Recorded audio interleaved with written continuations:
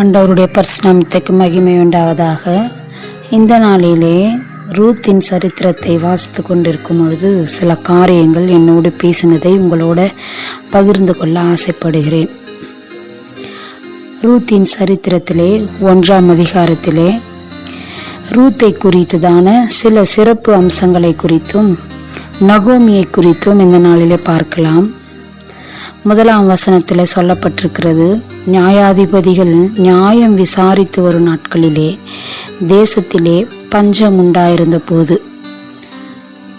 இது எப்போது என்று பார்த்தால், நியாயாதிபதிகள் நியாயம் விசாரித்து கொண்டு வருகிறார்கள். அவர்களுக்கு ராஜா இல்லை. அப்பொழுது பஞ்சம் மிகுந்த பஞ்சமாயிருக்கிறதுனால குடும்பத்தோட வேறொரு இடத்திற்கு, இந்த இடத்துல பஞ்சம் வந்து நாம் மறிச்சு விடாதபடி குடும்பத்தோடு நாம் இந்த இடத்தை விட்டு போய் வேறொரு தேசத்திலே பிழைத்து கொள்ளலாம் என்று எண்ணி கணவர் மனைவி 2 பிள்ளைகளாக 4 பேராக செல்லுகிறார்கள். செல்லும் பொழுது அந்த இடத்துல மோவாப் தேசத்திலே நல்ல ஒரு செழிப்பு இருந்தது நிமித்தமாக அந்த இடத்துல போய் சஞ்சரித்து கொள்ளுகிறார்கள். அதே இடத்துல இருக்கிறாங்க. 2வது வசனத்துல சொல்லப்பட்டிருக்கிறது, அவர்கள் மோவாப் தேசத்திற்கு போய் அங்கே இருந்து விட்டார்கள். அதாவது போய் ரொம்ப காலமாக அங்கே இருந்துட்டாங்க. அந்த இடத்துல நல்லா செழிப்பா இருந்தது. அவங்களுக்கு வேலையெல்லாம் அந்த இடத்துல சரியா இருந்ததுனால அந்த இடத்துல சொந்த ஊரை குறித்து அவங்க யோசிக்காம அந்த இடத்துல நல்லா இருக்கிறது அப்படின்னு சொல்லி, பிழைப்புக்கு நல்லா இருக்குது, வருமானம் இருக்குது, அதனால இந்த இடத்துல நம்ம தங்கிடலாம் அப்படின்னு சொல்லி ரொம்ப நாட்களாக அந்த இடத்துல இருக்கிறாங்க. எவ்வளோ நாட்களா அப்படின்னு நம்ம வேதத்தை குறித்து நம்ம படிக்கும் போது தெரிஞ்சுக்கலாம். அவங்க போகும்போது 2 குழந்தைங்க கணவன் மனைவியாக போகிறாங்க. ஆனால் பிள்ளைகள் வளர்ந்து எளிமிலேக்கு இறந்து பிள்ளைகள் நன்றாக வளர்ந்து திருமண வயது ஆகி அதே தேசத்தில் திருமணத்தை அந்த பெண் பிள்ளைகளை, அதாவது மோவாப்பு ஸ்திரீகளை திருமணம் செய்து கொள்கிறார்கள். 2 பேரும், மக்லோன் கிலியோன் 2 பேரும் அதே தேசத்து பெண்களை திருமணம் செஞ்சு வாழ்க்கை நடத்துகிறாங்க. ஆனால் அப்பாவும் இறந்துடுறாரு, 2 பிள்ளைகள் இறந்துடுறாங்க. இப்போ நகோமி தனித்தவளாய் காணப்படுறாங்கன்னு சொல்லி வேதம் நமக்கு அழகாக சொல்லுது. 5வது வசனத்துல, பின்பு மக்லோன் கிலியோன் என்னும் அவர்கள் இருவரும் இறந்து போனார்கள். அந்த ஸ்திரீ தன் குமாரர் இருவரையும் தன் புருஷனையும் இழந்து தனித்தவளானாள் என்று வேதம் அழகாக நமக்கு கற்பிக்கிறது. அவர்கள் நல்லா செழுமையாய் நல்லா சம்பாதித்து கொண்டு சொந்த ஊரை மறந்து பஞ்சத்தின் நிமித்தமாய் வந்தாங்க. பஞ்சம் தீர்ந்து விட்டதுனால அதே இடத்துக்கு திரும்பி அவங்க போயிருக்கலாம். ஆனால் இந்த தேசமே நம்மளுக்கு நல்லா இருக்குது அப்படின்னு சொல்லி அந்த இடத்தினுடைய செழிப்போ அந்த இடத்தினுடைய காரியத்தில் அவங்க என்ன பண்ணுறாங்க, அதே இடத்துல கல்யாணமும் அந்த பசங்களுக்கு அதே ஊரில் அந்த 2 பசங்களுக்கும் என்ன பண்ணுறாங்க, மோவாப்பு ஸ்திரீகளை திருமணம் செஞ்சு வைக்கிறாங்க.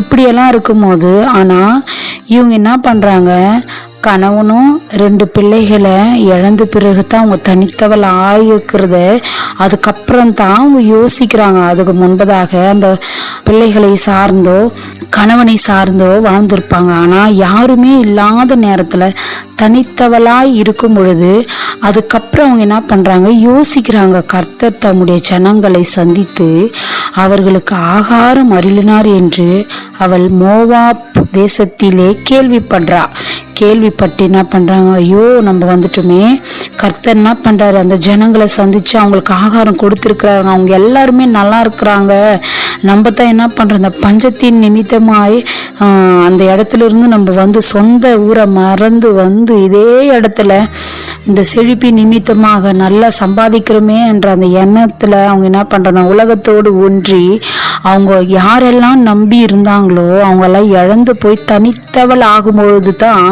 அவங்களுடைய யோசனை, கர்த்தர் தம்முடைய ஜனங்களை சந்திச்சிருக்கிறாரு, அவங்களுக்கு ஆகாரம் கொடுத்துருக்குறாங்க, அவங்க நல்லா தான் இருக்கிறாங்க, ஆனால் நம்ம தான் எப்படி ஆயிட்டோம், தனித்தவளாக ஆயிட்டோமே அப்படின்னு சொல்லி யோசித்து என்ன பண்ணுறாங்க, 2 மருமக்கமார்கிட்ட சொல்கிறாங்க, நீங்கள் போயிடுங்கம்மா, நான் இதுக்கப்புறம் நான் தனித்தவளாக ஆகிட்டேன், இதுக்கப்புறம்லாம் திருமணம் பண்ணி உங்களுக்கு புருஷனை என் வயிற்றுலலாம் பெற்றுக்கொள்ள முடியாது, நீங்கள் என்ன பண்ணுங்க, அது அவ்வளோ காலம் ஆகிடும், அதனால் நீங்கள் என்ன பண்ணுங்கள், இதே ஊரில் உங்கள் தேவர்களிடத்துல உங்கள் ஜனங்களிடத்துல திரும்பி போயிடுங்க அப்படின்னு சொல்கிறாங்க. தாய் வீட்டுக்கு திரும்பி போங்க அப்படின்னு சொல்லும் பொழுது 2 பேருமே ரொம்ப அழுது ஓர்பால் என்ன பண்ணுறாங்க, கட்டி பிடிச்சி மாமியை முத்தமிட்டு சரின்னு சொல்லிட்டு அவங்க போயிட்டாங்க.